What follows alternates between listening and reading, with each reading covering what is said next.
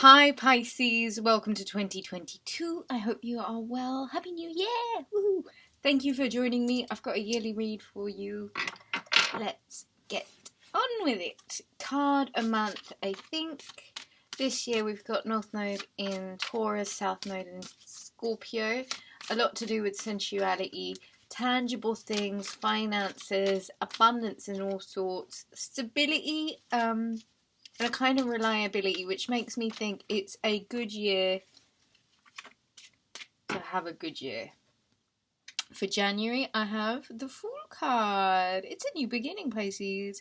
I think you're very aware of what didn't work, who didn't work, what you didn't want, what you're not bringing forward with you into this year. And I think this year you're setting off in the right direction. It's you. It's about you, your energy, how you feel, like your part within something. There's something about you needing to take a risk.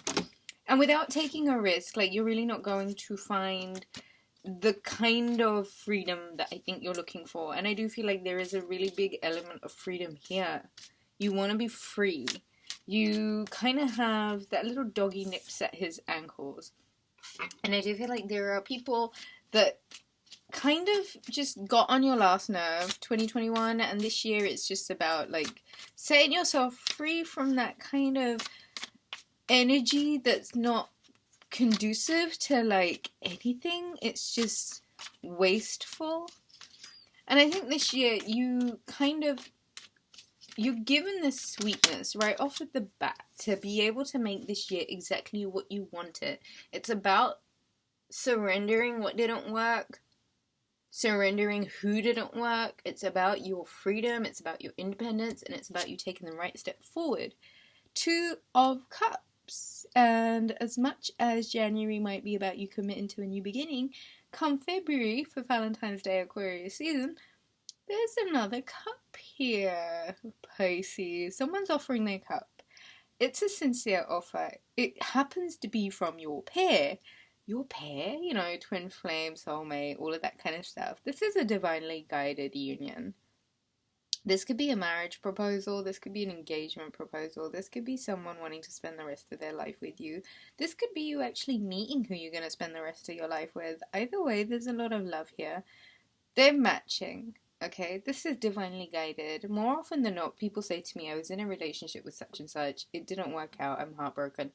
The way I see it is like, when it's supposed to work out, it doesn't matter what you go through, you're always going to work out. Like, it's always, if it's supposed to be, if it's the one, then that's it. Do you know what I mean? And if it's not, then we have to let bygones be bygones, we have to move on.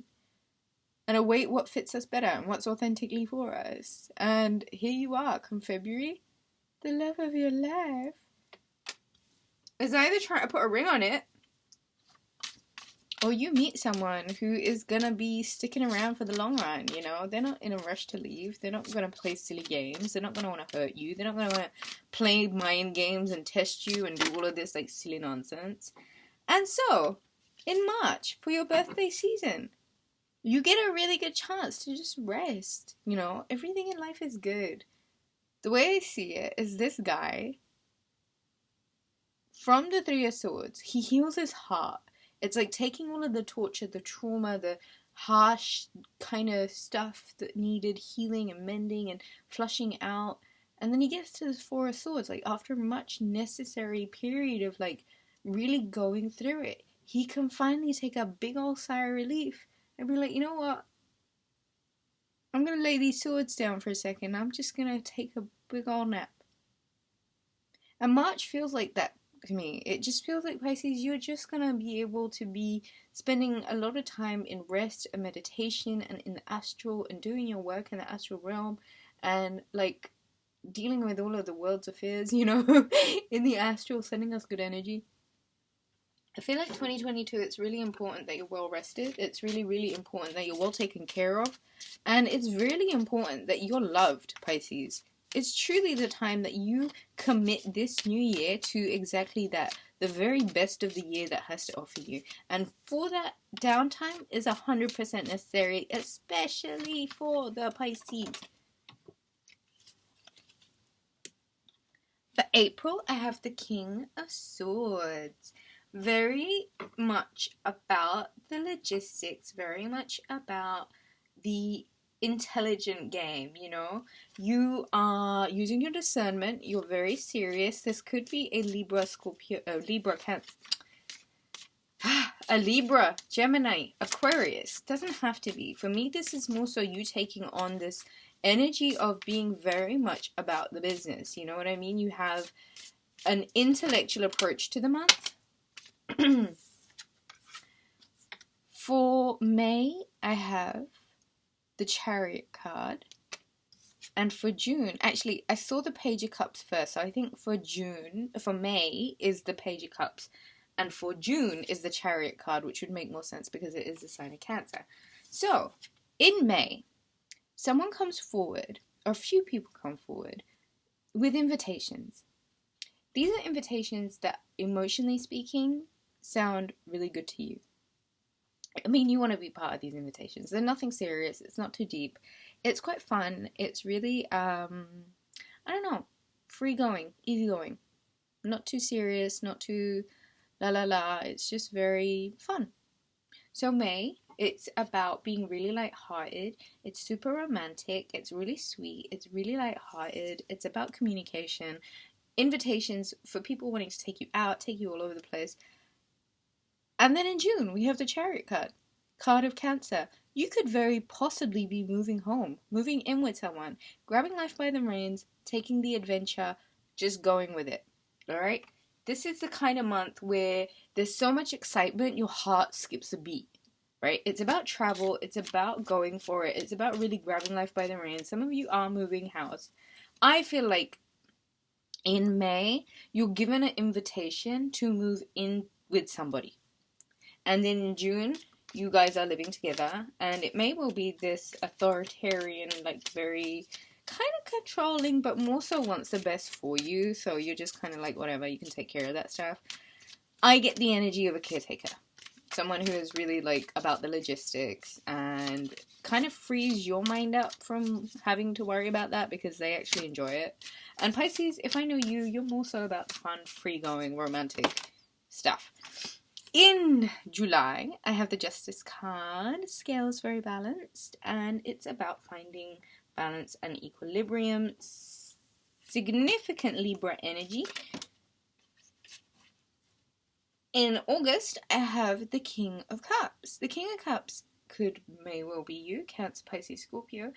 It is stable, emotionally intelligent, creative, scientific energy, a real nurturer, okay? Someone who's there. This person is always there. This person will take care of you when you need it. This person will provide the emotional support when you need it. They're going to tend to your emotions like you have never expected someone outside of you to be able to do for you. This king owns that cup of love, and he wants you to take a sip from it if, you know, before offering it to you. I think you might be choosing between two kings this year, Pisces. Not gender specific, more a vibe. The Justice card, it's about seeking out the balance. The Chariot card, it's about the adventure. There's a lot of cardinal energy here, Pisces. So there is a lot about initiating new things, initiating, beginning. The Fool card for me just sets the tone. It's a year of new things. It's a new experiences. And I feel like there's going to be a lot of adventure, which might actually mean you need to get your downtime, your Pisces time in. For September, I have the Ten of Wands. Lovely, because it seems like there's a lot you're accumulating that you have to take away from you. This is massive accomplishments and major achievements in September. You're so much stronger for all of the things that you've like really put the hard work into. Like, you're carrying a big reward for the big load that you've had to like the reward is unbelievable. This is going to set you up for the rest of your life, Pisces. Like, legit. For those things that felt burdensome, for those things that you were carrying and you didn't know why you were carrying them, you just knew you had to keep going and you were so persistent. You delivered. You provided the strength. You did what you needed to do. And you know what? You get to take it home. So, all I have to say to you is don't give up right now. The end is so near. It's actually in sight, right? Keep going. It's the end of a cycle. In October, the Ten of Swords, it's absolutely the end of a cycle, right? There's a new dawn dawning. There's none of that backstabbing. There's none of that betrayal from the past. There's nothing that you can take forward because it's a new beginning. At this point, you have freedom. At this point, you're a brand new person. At this point, there is nothing you can go back to. There are no more plugs hooked into you, siphoning your energy, taking from you more than you should have, than they ever should have. And so this is a wonderful reminder to be present in the moment because there is a new dawn. There is absolutely a new dawn for you. This year is promising love, romance, new beginnings, rest, adventure, equilibrium, balance, invitations. It's fun and it's flirty. It's the adventure of a lifetime. I really do think so. This is the adventure of a lifetime, Pisces. July. This makes sense. This makes sense. Okay, those cards all fell out, so I have to take them. Jupiter is in your sign, right? Jupiter in your sign, it's home. That's a lot of luck. That's a lot of expansion, free-flowing, forward energy, blessed in all of our affairs because the abundance is... Oh, and of course it is the tiger, the water tiger this year also, which means to me there's a lot of money around. Last year it was the metal ox, which was all about like, hold on to what you have. This year there's so much going around. There's so much to give, so much to take. There is an abundance. This is a very, very, very, very good placement. For November, it's a whole new world. It's a whole new world, Pisces. For December's energy, I have the Devil and the Queen of Swords. Aquarius had this energy, so you might want to take a look at the Aquarius reading. Be very mindful of your passion. Cut away from toxic bonds. This for me is freedom from all restraints. You're cutting away at things that have had you hooked into lower vibrations. And there's an element of freedom to you. Just kind of wrapping up cycles of betrayal, cycles of being held back. You're just cutting away from all of it, you know what I mean? This year liberates you. This is your liberation because this is where the power's at.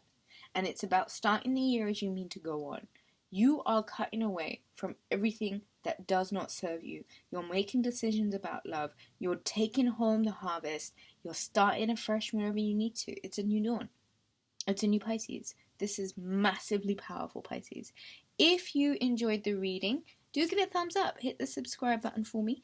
Leave me a comment, like, share, and subscribe. To book a reading, visit rubyreadstarot.com. Pisces, have a wonderful 2020. I love you. Bye.